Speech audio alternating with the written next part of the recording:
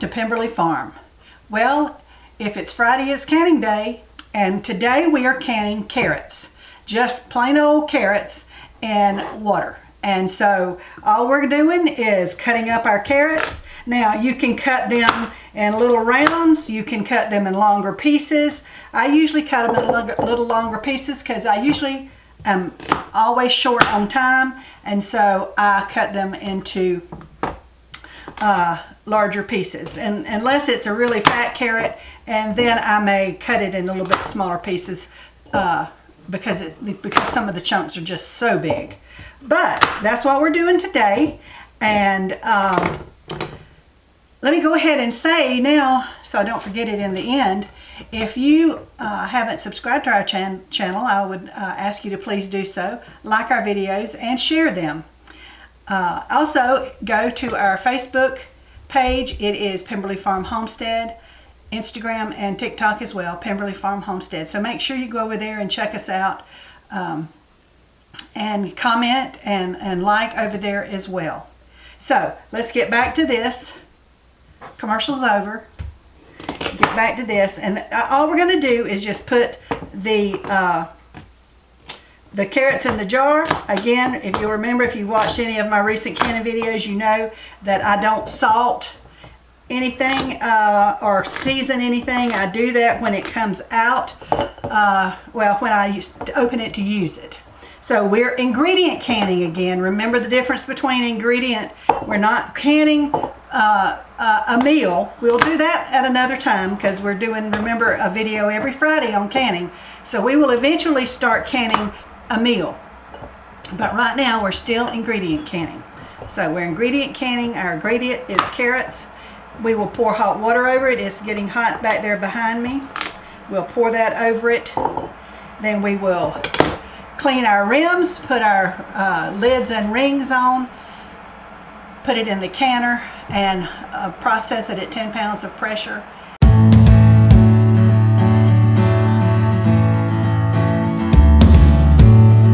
Something I forgot to mention is debubbling. I've got a little plastic knife here. One of my favorite things to use is a chopstick, but I forgot to open one. But anyway, debubble. You want to debubble it because it'll make your water level go down. We've got 1 inch of head space here, and so we're not cranking it down hard. And just also, you might say that's not many carrots. Well, it's just me and my husband. Now I do have some that I've canned in quarts, so that if we have a lot of people or something, then I can open one of the quarts. So, but for just me and my husband, a pint is plenty. And so that's why I'm canning them in pints. I didn't pack them real tight and, you know, try to get every little nook and cranny stuffed with a carrot. So anyway, I had washed 9 jars, but it was 4 pounds of organic carrots, and it filled 8 jars, cutting them the way I did. Now, if you cut them in little thin medallions, it wouldn't fill up 8 jars because of airspace and all that. So anyway, but that's what it did. We're about to put it in the canner. The canner's hot. All right, so we're about to put our canner lid on. The jars are in there. You can tell, you can see the steam rising. And see this little notch right here?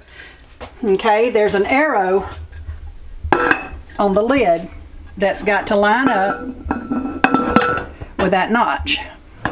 Okay? And so what happens then is these hooks, let me take it off so you can see. These hooks on the lid will come up under, will correctly come up under this. And then, let me make sure it's level all the way around. It's a little,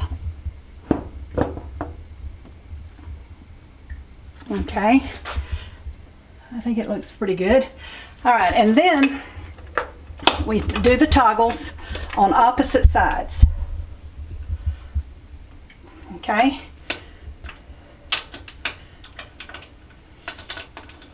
And what we're going to do now is, once we get this all toggled down, and you see people that are so afraid that they're going to blow up their canners, it would be almost impossible to blow up this canner. I mean, really, it really would. Between this hook underneath on several of these where the toggles are and the toggles themselves, this canner has no rubber gasket or anything. It's metal to metal, and you know, I get nothing for telling you how much I love these All-American canners, and I know they're expensive. You know, they're a lot more expensive now, like everything else, than they were when I got mine. But if you could save and save and save and get you an All-American, they are just a wonderful investment. And my grandchildren and great-grandchildren, if these are taken care of, will be able to use this canner. So, I just love it. And to me, if you're afraid of pressure canning, it takes out that fear.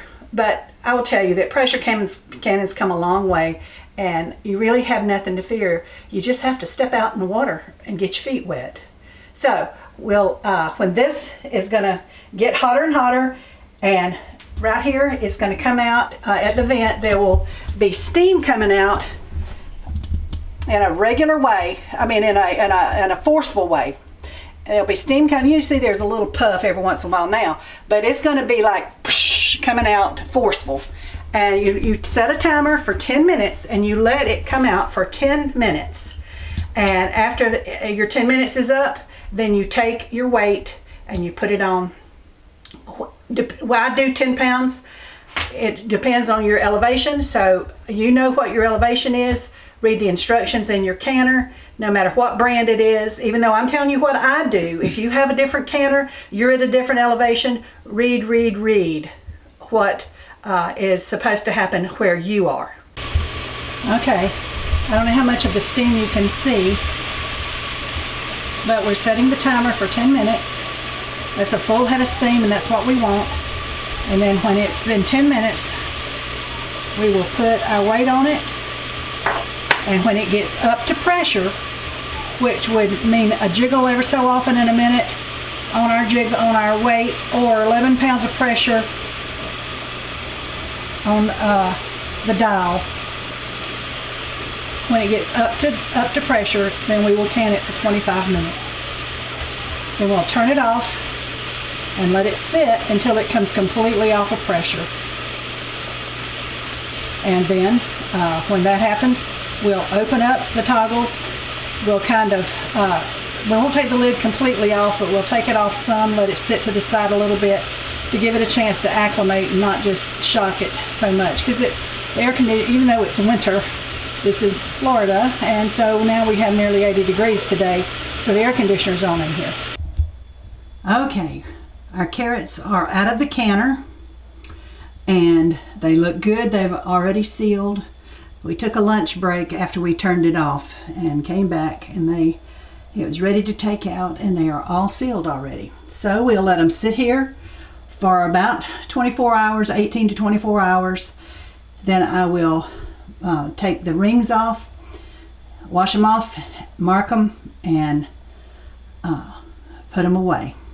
And I thought I'd tell you I haven't done it in several of videos, and remind you about the USDA Complete Guide to Home Canning. This is a really good book if you are new to canning and you're not sure about all the ins and outs of it. This is a really good book to get. You can get it at Amazon. I think it's around $10. I've had this one for 2 or 3 years. And you know, there's always the Ball Blue book, easy for me to say. But this is the one I go to more and more now, is this Complete Guide to Home Canning put out by the USDA. It's a pretty good sized book, but it goes through everything you're going to need to know about times and all of that, whether it needs to be pressure canned or water bath canned, has all of that information in there for you. All right, well, that's the end of our Friday canning for today. Thank you again for coming by to watch, and again, don't forget to like and subscribe to our channel, and God bless you from Pemberley Farm.